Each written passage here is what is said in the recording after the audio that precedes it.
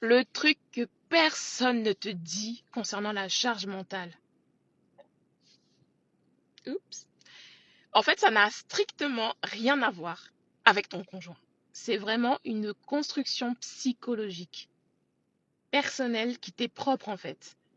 Le fait de ne pas oser dire non. Le fait de ne pas oser poser tes limites. Le fait de te sentir coupable quand tu dis non. Le fait d'être déconnecté de tes ressentis. Le fait d'agir depuis un espace masculin. Le fait de ne pas savoir communiquer tes besoins. Te faire entendre. Voilà ce qu'on ne te dit pas.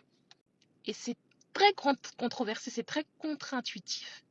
Parce qu'on va toujours te caresser dans le sens du poil en essayant de trouver des causes externes à ta charge mentale, des causes externes à ton malheur. Il faut arrêter avec ça. Dis-moi ce que tu en penses en commentaire. Non mais la fatigue mentale, c'est vraiment le premier niveau. Après la fatigue mentale, il y a la charge mentale. Après la charge mentale, il y a le stress, il y a le burn-out. Une femme n'est pas faite pour souffrir autant en fait. Il faut vraiment arrêter de tout porter, arrêter de penser qu'on est superwoman, super guerrière. Quand je vois les publications des femmes où il y a en commentaire, oui, tu es une super guerrière, tu es forte, tu vas y arriver, etc. J'ai dit, dans ma tête, ça ne veut pas rentrer. C'est en fait, non, je suis pas forte. Non, je suis pas née pour être forte. Non, je suis pas née pour être une guerrière. Tu deviens guerrière, oui, par la force des choses. Mais quand tu as un mari, tu as un époux, tout ça, là, toutes ces armes-là, il faut les déposer. Sinon, ça crée de la discorde dans ton foyer. Quand tu n'as pas de limite pour toi, les gens vont abuser de toi. Et après, tu vas crier, oh, c'est une relation toxique. Non, ta relation n'est pas toxique. Pose tes limites. Et tu verras, les choses vont changer. Donc, pose tes limites. Donc, c'est le week-end. Tu as fait toute ta semaine de travail. Et c'est toi qui te tapes le grand ménage à la baraque.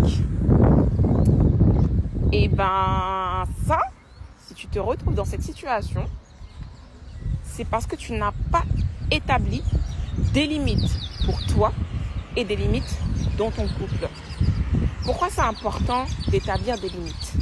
Parce que ça évite que les gens franchissent la ligne rouge, le moment où tu te sens mal quand tu as quelque chose à faire et que tu veux pas le faire.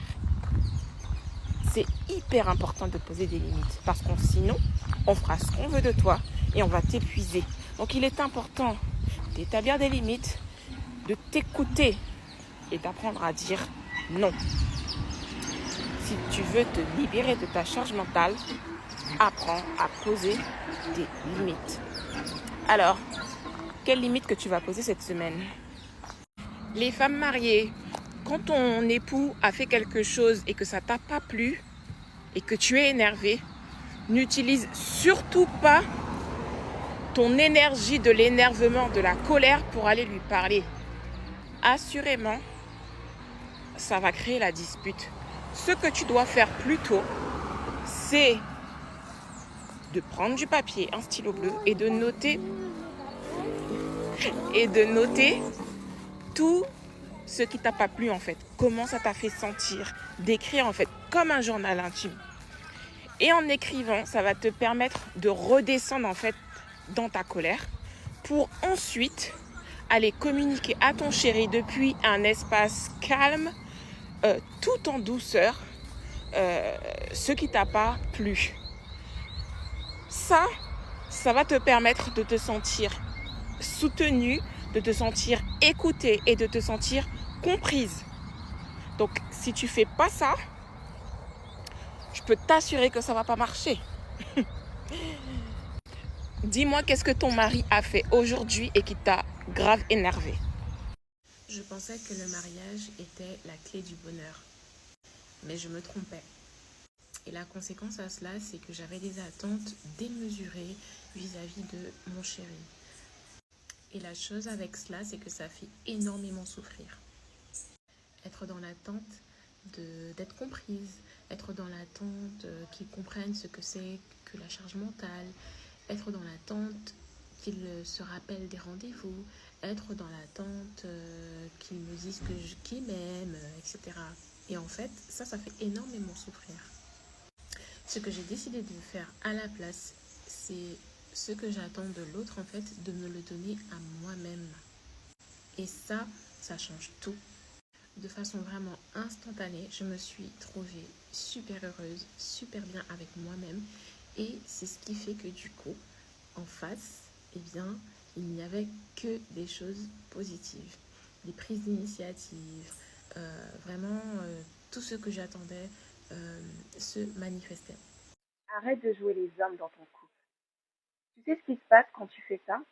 Tu perds de ta féminité, tu perds de ton attraction, tu perds de ton pouvoir.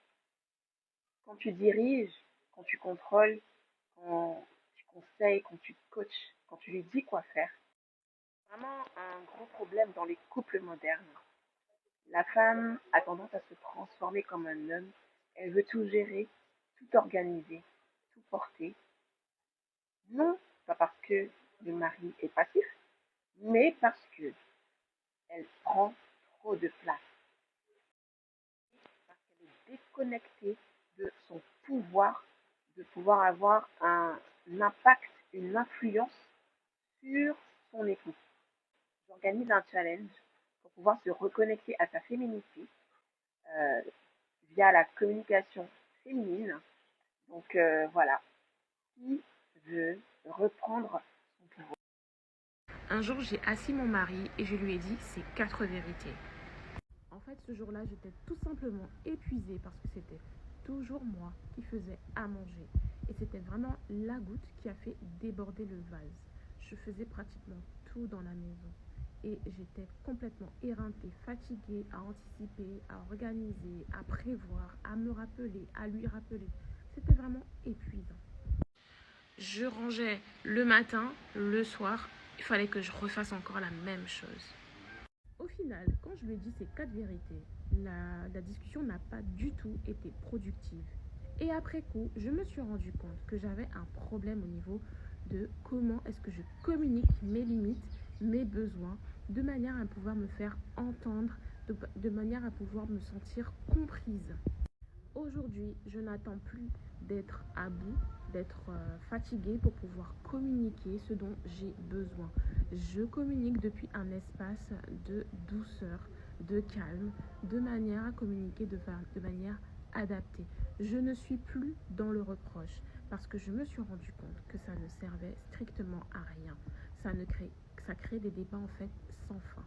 Dans quelques jours, je fais un challenge où je vais te partager certaines de mes méthodes qui me permettent aujourd'hui d'avoir une communication apaisée avec mon mari de manière à me sentir comprise, soutenue, entendue et voilà.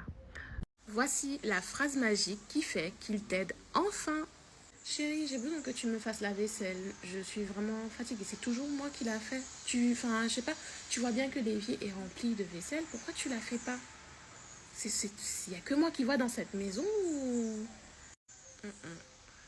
Chérie, je me sens un peu fatiguée. J'ai vraiment besoin aujourd'hui de me détendre. Ça me ferait vraiment du bien de ne pas gérer les tâches ménagères aujourd'hui. Voilà, je vais me reposer. Qu'est-ce que tu en penses? Teste cette méthode avant demain et reviens en commentaire me dire comment est-ce que ça t'a été profitable. Je voulais te partager aujourd'hui le résultat d'une personne que j'ai coachée par message sur ces derniers jours. Et en fait, c'est une femme qui a des enfants avec son mari, son chéri.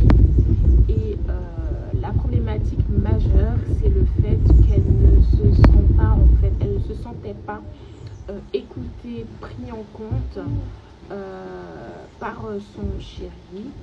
Et ce que j'ai identifié, c'est qu'en fait, elle avait du mal à communiquer de manière adaptée, de manière féminine, en fait, à son chéri. Et que du coup, je lui ai donné des tips très simples, applicables immédiatement, de manière à changer cette dynamique pour qu'elle puisse se sentir écoutée, entendue. Et ne voilà-t-il pas que ce matin, elle m'envoie un message en me disant, mais ce que tu m'as donné, ça a complètement changé mes perspectives. Elle pensait même à arrêter la relation. Et là, en fait, elle s'est retrouvée comme si elle était en début de relation.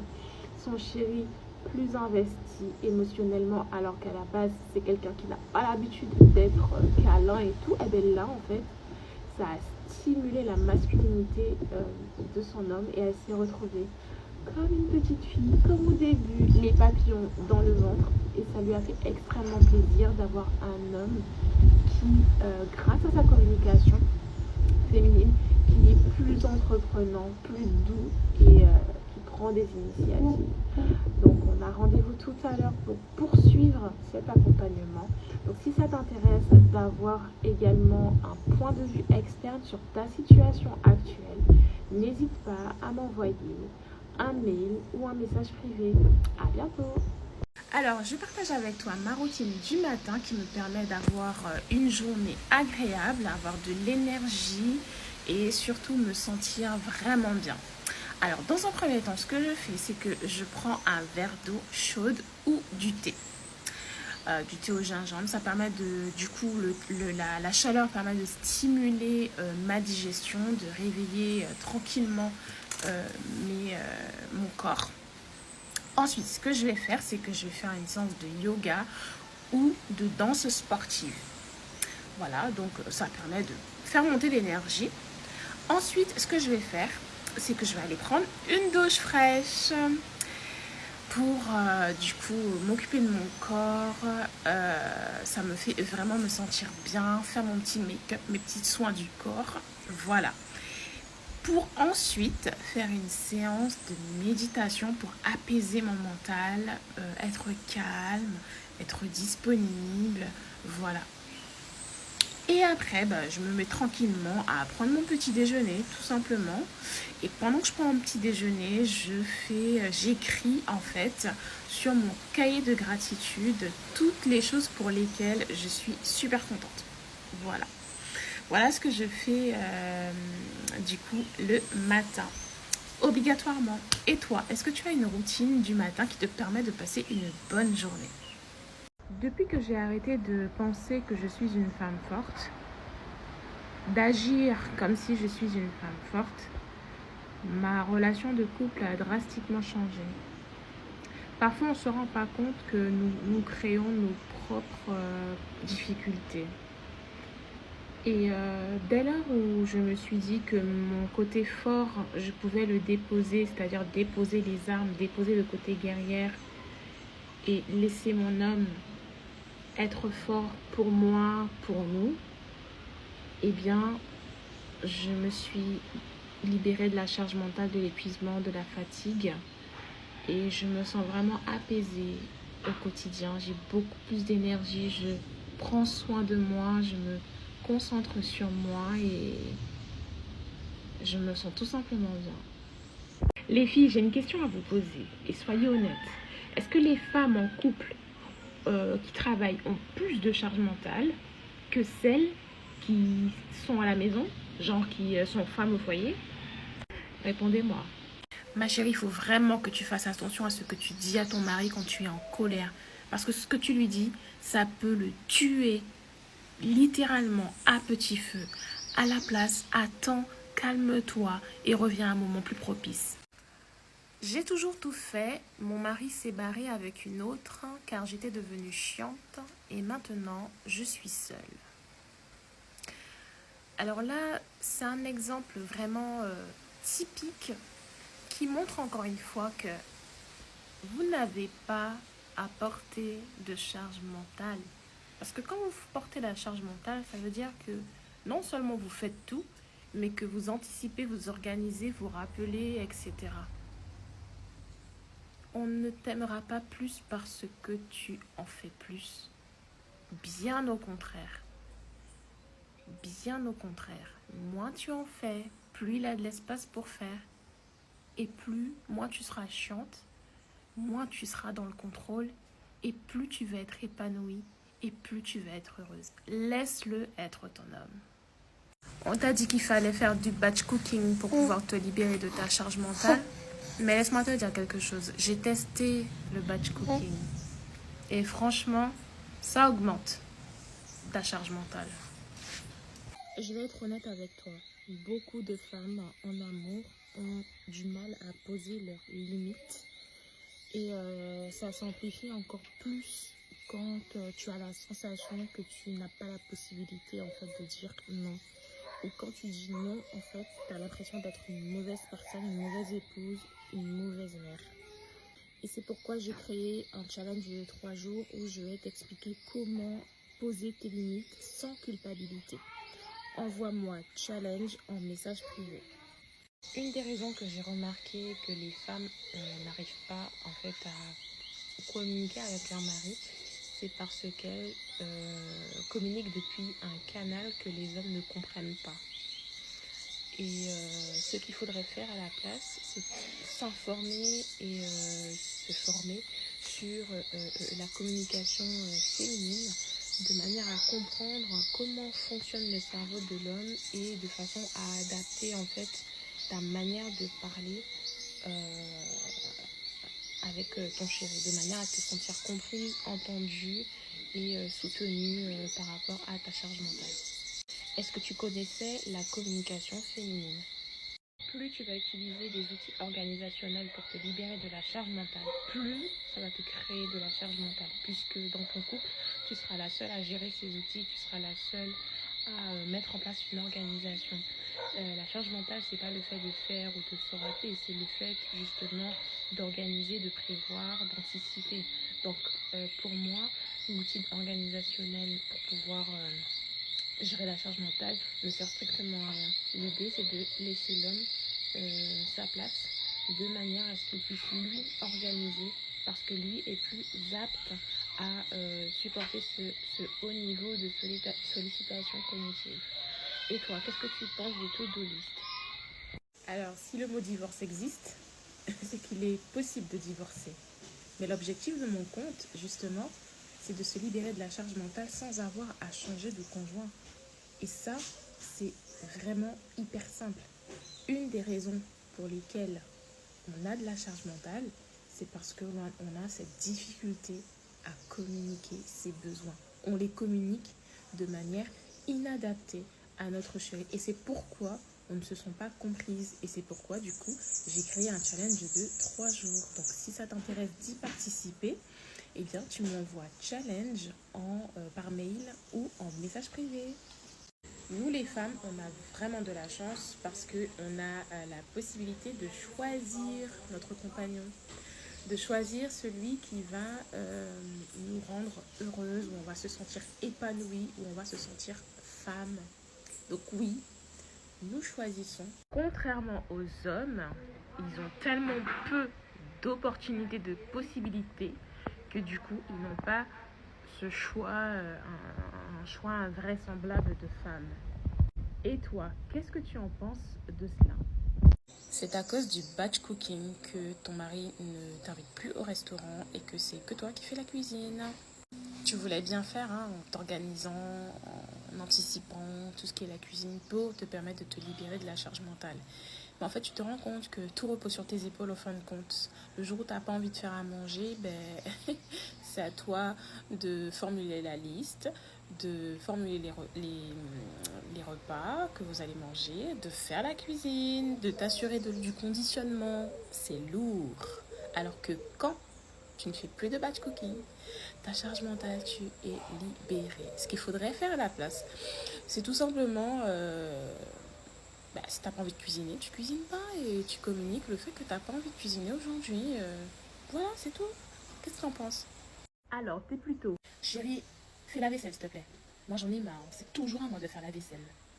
Tu vois pas que les filles ont fait la vaisselle? Non, sérieusement. Ou peut-être comme ça. Chérie, franchement, je me sens fatiguée. J'ai pas envie de gérer les tâches ménagères aujourd'hui. Alors, t'es plutôt la team A ou la team B? Réponds en commentaire. La liste de courses, les menus, le repas, la conservation des plats, le service. Et c'est parce que tu gères toutes ces choses que ton chéri n'a pas l'espace pour pouvoir te surprendre à anticiper, à faire, à manger. C'est fort possible qu'il n'en sera pas capable. Mais comment tu veux qu'il acquiert cette compétence si tu ne le laisses pas faire, même s'il fait des erreurs? Est-ce que tu penses que quand tu as commencé à faire du vélo, genre c'était parfait? Non. C'est en lâchant le contrôle de manière progressive que tu vas pouvoir te libérer de cette charge mentale. Alors, t'en penses quoi? Si tu as de la charge mentale là, c'est parce que tu aimes trop rendre le travail de la maison invisible. Tu fais tout pour que tout soit parfait. C'est normal. C'est normal que tu sois fatiguée, ma chérie. Faut arrêter ça. Quand je suis seule, je suis femme forte et indépendante.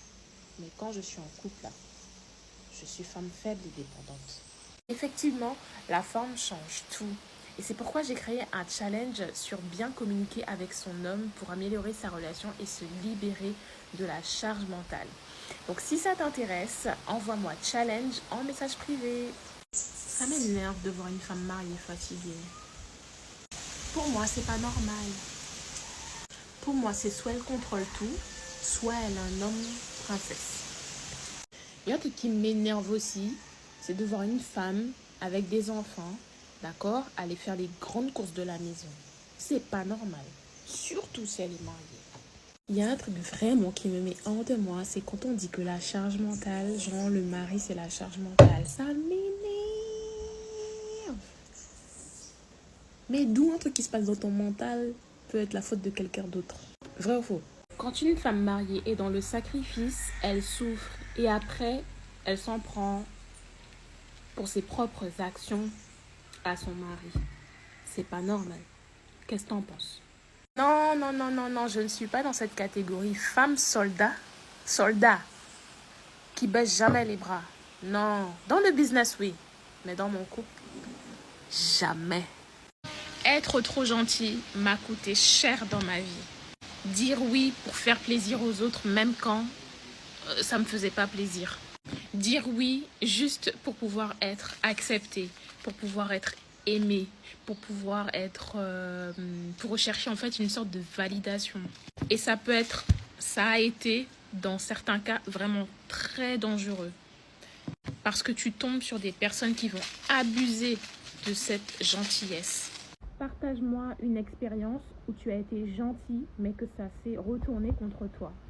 Pour moi, la vraie gentillesse, c'est quand tu fais des actes ou quand tu fais un compliment parce que ça vient du cœur. À partir du moment où ça vient de ta tête, ce n'est plus naturel. Et là, ce n'est plus de la gentillesse, c'est du calcul, c'est de la manipulation. Être gentil, c'est poser des actes qui sont dénués d'attente, où tu le fais avec plaisir. Mais quand tu dis à ton mari, mais en fait, je suis trop gentil, c'est parce que derrière cette gentillesse de porter la charge mentale, tu attends quelque chose en retour. Et c'est précisément pour ça que tu souffres. C'est parce que justement, tu es trop gentille. Ça veut dire que tu fais passer les besoins de ton mari ou de tes enfants avant de combler les tiens. Est-ce que ça te parle, ce que je suis en train de te dire là? Tu apparais comme quelqu'un de méchante uniquement quand cette personne voulait se servir de toi pour ses propres intérêts. Et c'est souvent quand tu poses des limites, eh bien ces personnes ne peuvent plus profiter de toi. Alléger ta charge mentale en mode express dès cette semaine. 1. Embauche une femme de ménage. 2. Identifie ce qui t'énerve le plus à faire dans la maison et discute-en avec ton chéri. Apprends à exprimer tes besoins et à poser tes limites. Le matin, prends un temps pour prendre soin de toi en priorité. Le reste attendra. Ralentis. Prends le temps de prendre le temps. Tu peux faire également de la méditation pour pouvoir baisser ton taux de stress et calmer ton système nerveux. Quand tu rentres le soir, la première des choses que tu dois faire, c'est de prendre du temps pour toi. Occupe-toi de toi en priorité. Tu verras, tu vas te sentir beaucoup mieux. Alors, qu'est-ce que tu vas faire dès cette semaine pour pouvoir alléger ta charge mentale en mode express? Partage avec moi en commentaire. Plus tu t'expliques et moins ton message est percutant. Quand tu essayes de faire comprendre à ton chéri que tu aimerais qu'il participe plus aux tâches ménagères, tu rentres dans des explications en longueur et ton message perd de l'impact. À la place, ce qu'il faudrait faire, c'est exprimer tes besoins, exprimer tes ressentis. Est-ce que ça t'arrive aussi de vouloir commencer à expliquer en fait ce que tu aimerais qu'il fasse et qu'au final, ça tourne en débat et au final, il n'y a rien qui avance? Est-ce que ça t'arrive aussi?